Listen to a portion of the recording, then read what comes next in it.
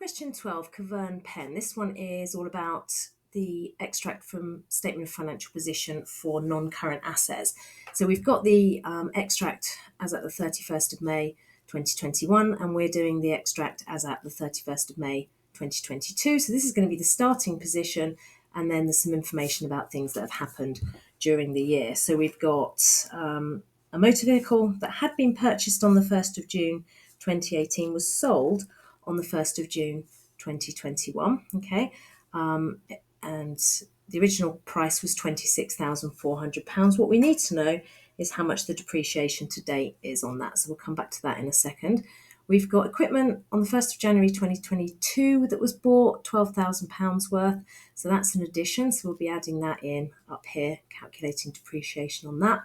And then it tells us about non-current assets are depreciated at 25% per annum using the straight line method, but unfortunately they are on a month-by-month basis. So that means we have to do the depreciation on a strict month-by-month basis. We don't do the usual situation where if we buy an asset, doesn't matter when in the year it's bought, we depreciate it for the whole year, and we don't do any depreciation in the year it's sold. In this case, we've got, luckily the vehicle, we don't need to do any depreciation in the current year for that one because it was sold on the first day. So you can see there that we need to do 3 years worth of depreciation. It's 3 years exactly, 18, 19, 20, 21. Count on your fingers if you're not sure. But the asset that was bought on the 1st of January, we're going to have to do part year depreciation on that one. Okay, so let's just use this layout. Let's not try and reinvent the wheel. So we need cost, we need accumulated depreciation, and we need net book value. And we need to write non-current assets. And we need to write what they are, motor vehicles. And we need to write equipment.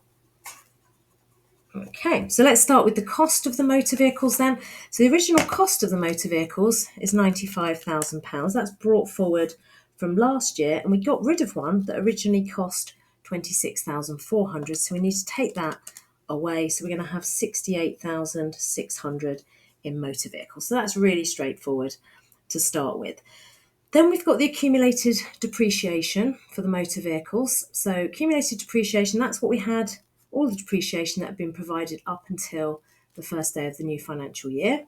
But we've got to get rid of depreciation on the asset that's been sold and then do this year's depreciation based on the ones that are left on the 68,600. So let's work out how much depreciation on that vehicle. So it costs 26,400. We're doing depreciation at 25% per annum, so that's 6,600 per annum, times 3 is 19,800. Okay, so depreciation on the motor vehicles, we've got brought forward 35,350 minus the disposal, which the depreciation on that, because it's only depreciation we're working out here, 19,800. And then this year's depreciation is going to be based on the 68,600 that's left. So 68,600 times 25%, because all of that value is in there for the whole year. So 68,600 times 25%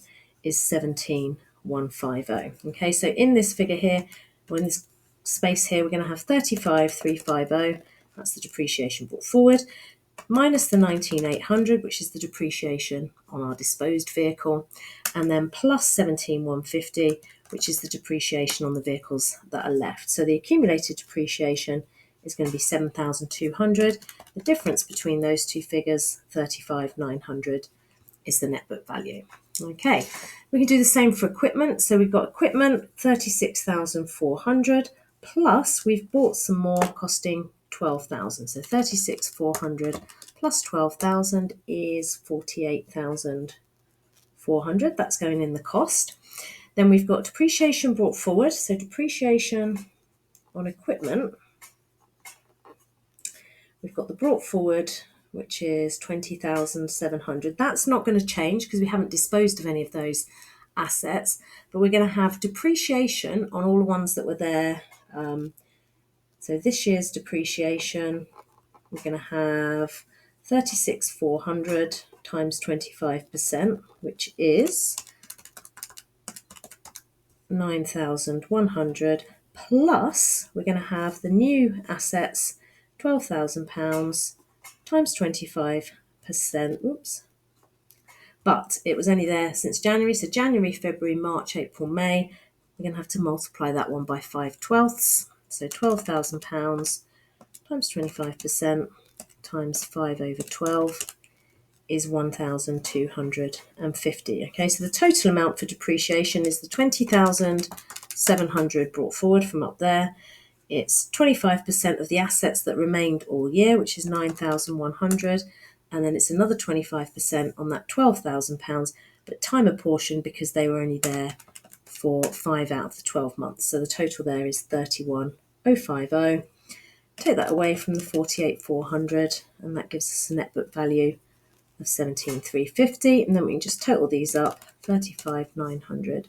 So the net book value overall 53,250, and we could add those up for completeness, but they've not done it here, so I would just follow suit, save yourselves some time. So hopefully that explains where all those numbers have come from when you look at the mark scheme. Thanks very much for watching.